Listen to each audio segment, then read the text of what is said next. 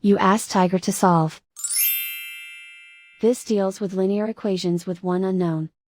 The final result is x equals -13/23. Let's solve it step by step.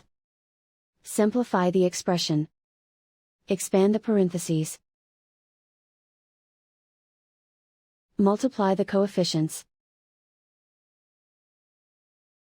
Simplify the arithmetic. Expand the parentheses. Simplify the arithmetic. Expand the parentheses. Group like terms. Simplify the arithmetic. Group all constants on the right side of the equation.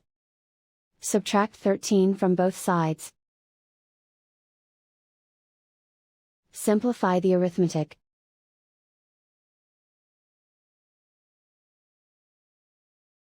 Isolate the x. Divide both sides by 23. Simplify the fraction. And so the final result is x equals -13/23.